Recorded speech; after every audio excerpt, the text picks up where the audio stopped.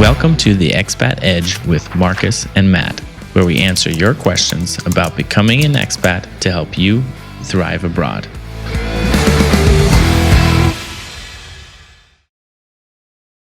Hi everyone, welcome to this episode of the Expat Edge. Today we're going to talk about the hardest aspects of being an expat. Lots of people obviously think that being an expat is easy and it's a wonderful life living in another country and adventures all day long, but there definitely are difficult aspects of being an expat. Marcus, what would you say was kind of the hardest aspect to adjust to when you first moved outside the US? I didn't really understand this until a little bit later into my time as an expat, but basically comes down to not being able to see my family and childhood friends, school friends, and things like that back home as easily. We planned to, we made a plan to visit the US every so often, and sometimes it worked out, sometimes it didn't. But certainly not being able to visit, parents and brothers and sisters, and Right. you're sometimes you feel like you're missing out on some, developments in your family, new additions to, nieces, nephews, things like that. So that was, if you have, a big family and you get along well, that's something that a lot of people are hesitant about, to move so far away. Right. Well, I think what I would say was the hardest thing for me is kind of an extension of that. And it's that when you don't see all of your close friends for a long period of time, I don't want to say you grow apart, because, my best friends from college are still my close friends. But friends from before college, and even some of the friends that I made in college, when you move abroad, your life is very different. And the friends that you used to have obviously have very different life experiences. They, went into the workforce and they just, it was a totally different life for them. And sometimes when you don't have those mutual kind of connecting experiences, then you kind of fall away from some of your friends. So I would say, in addition to not even seeing them, you also find out that, well, we don't even really have much in common anymore after you've spent a lot of time abroad. Yeah, I've had that. You'll go back to your hometown or something and call up a friend or write a friend, "Hey, I'm in town." And it's like, you catch up on everything, but basically some of the hobbies that you shared, you don't do anymore. Right. So that's kind of awkward sometimes, but it's not like, of course, too awkward to not see them. But yeah, that's definitely an aspect that, although I have to say one of the benefits is kind of having that friend abroad, and you invite them over. Hey, I'm in such and such country, come and visit, and it kind of gives some of your good friends and your family absolutely a good excuse to come visit you, right? So those it can go both ways, I think. I'm not talking about those people, though. I'm talking about the people who really don't have any interest in traveling abroad and will not come to visit you abroad, although they could have been a close friend. I don't know. I mean, in the US, some people just don't want to travel abroad. Right. And so those people, or they just can't because of their job.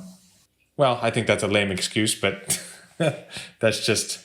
Well, I mean, but anyway, what I mean is, like, they have limited time off, and they built their career, and to go halfway across the world for 10 days, it's like lots of. So how good of a friend are you in their eyes, I guess, is the question, right? Right. So I don't know what else kind of is difficult. I don't know. For me, one of the things I think that was difficult is readjusting to all, everything you interact with, from food to even shampoo and toothpaste and all the basic things that you use in your life. Medicine is actually probably a more important one to add into this category. It's all different. Or maybe, medicine, for example, it's not necessarily different, but it's got a different name. It's maybe not in English at all. And, you have to go to the pharmacy, or maybe they don't have pharmacies, or maybe you had a prescription drug, it's over the counter there, and all of these different kinds of, trying to find all of the things you need in a new country. And some of them won't be there. Yeah, I think a lot of people underestimate how much time you're going to spend looking for the right product, or trying to get some bureaucracy done because you don't understand the language, or maybe you do, but it just takes you that much more time to read, official documents and go through that process. And, you don't necessarily have family in the area to lean on. And, maybe you have some friends, but they're not going to be around all the time. You feel awkward asking them, like, hey, kind of a trivial thing, like you're looking for this product or even medicine. Maybe you just don't want to divulge some information, like I need this medicine or something like that. So imagine if you are a tourist, right? And you bring, everything you need for a 2-week trip. Imagine you're out of everything that you needed. Now you need to go restock in this new country. I mean, it's almost like going on vacation for 2 weeks with nothing, no clothes, no medicine, no nothing. And you just got to figure everything out, because no matter what you bring when you move abroad, it's going to run out. You're going to need new clothes. You're going to need and in some countries, all of the stores are completely different. I mean, I have even here with my wife in the US, and we'll go to the mall and she's like, I don't even know what store to go into. I've never heard of any of these stores. Yeah. And I had the same experience in Russia, right? You're like, you know what you want. You want a dress shirt. You walk into the mall and you don't recognize any of the brands or any of the stores in there. So you're like, well, what do I do? Well, you have to learn, all of the options that everything are there in that other country. From scratch.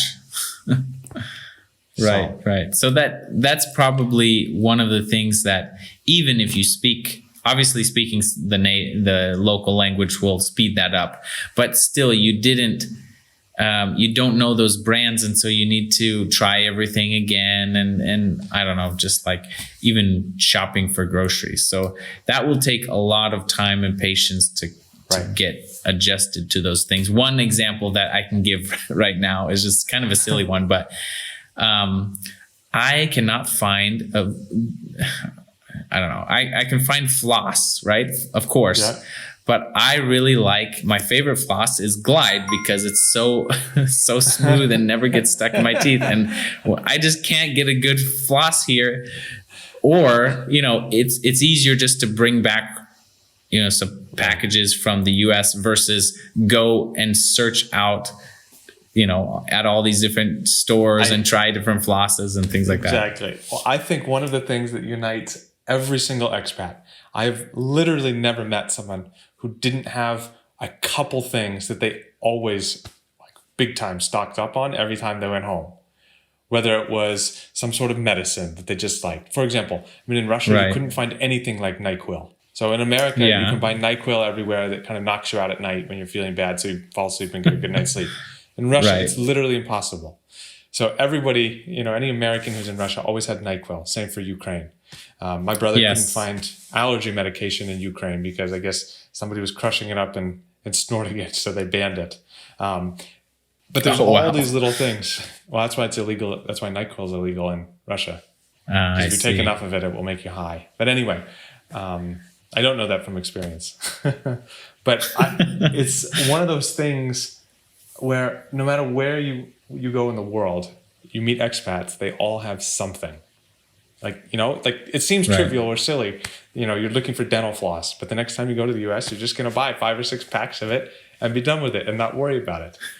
And I'll give you another example. So one is floss, and another thing is hydrogen peroxide. Those huge canisters they sell at Costco for a few dollars. Always in the brown bottle. In the brown bottle.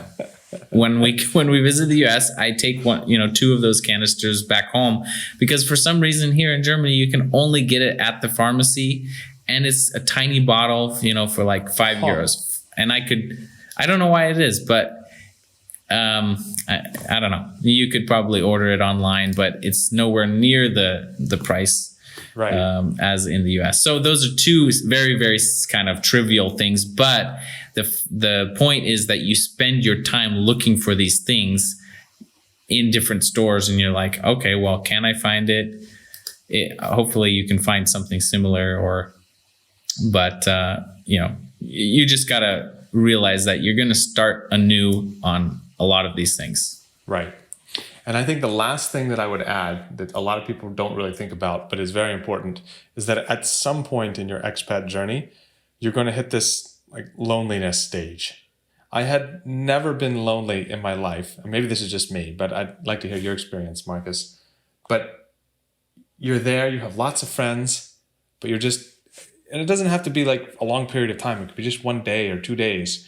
But there were always times every once in a while where I just, felt lonely or wanted to be with, my friends from back home or doing the things that I, always did at home. And I don't know. I mean, did you have any experiences like that? I did. I didn't really think of it as loneliness, but for example, I grew up playing basketball. That is one of my favorite things.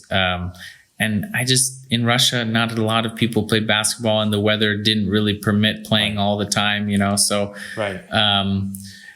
That's something that I missed. And, if you get too many of those things that you aren't doing, like your hobbies and things like that, then, you're, especially when something's not working out, you're thinking, this is a terrible day and I still don't have my favorite hobby or food or whatever it is, your comfort food if you're feeling like like you're having a bad day. So I never really thought of it as loneliness, but I mean, it could definitely, attribute to feeling isolated, feeling out of place, maybe like, do I belong here? Lack of, I remember just disconnected from the life that's going on around you. You just feel kind of like an outsider sometimes. No matter how well you're integrated, sometimes it will just happen that you have these kind of feelings like, nothing's, and it's always those days where, the bureaucracy of the country has gotten the best of you or whatever. But that's just something that I think a lot of people, I definitely didn't think about that would be a problem because I never had a depressive or lonely thought in my life living in the US. But then, I was never really prone to that, but I did see that in other expats where, lack of sunshine in Moscow or, you've said that. Like there were some times when people just, expats would tell me, I can't listen to Russian anymore today. Like their brain is fried. I spoke quite well. And I remember when I got there, I was like, I'm not going to speak any English. And I went to this middle of nowhere place in Russia with some friends, Russian friends. And it was 2 weeks. I didn't speak a single word of English. But at the end of that, I just said, no. Like this ruins my motivation. Yeah, this ruins my motivation to continue to learn. For me, I've said this in many videos, but my best friends are all Americans or other Europeans who've spent time in Russia because there's like this common bond. Yeah, it's almost like being in a kind of fraternity in college. You just, became friends through kind of common shared activities that you're doing together. I imagine it's similar on sports teams and whatnot. But so those are probably the 3 top things that we think people probably don't usually think about in terms of difficult aspects of being an expat. Let us know what you think. If you've been an expat in the comments below, what were the difficult, sort of days that you dealt with? And we'll see you in another video. This was the Expat Edge with Matt and Marcus. We hope you enjoyed the video. Visit theexpatedge.com for even more content that will help you thrive abroad. You can submit your ideas for video topics and sign up for free at theexpatedge.com. See you there.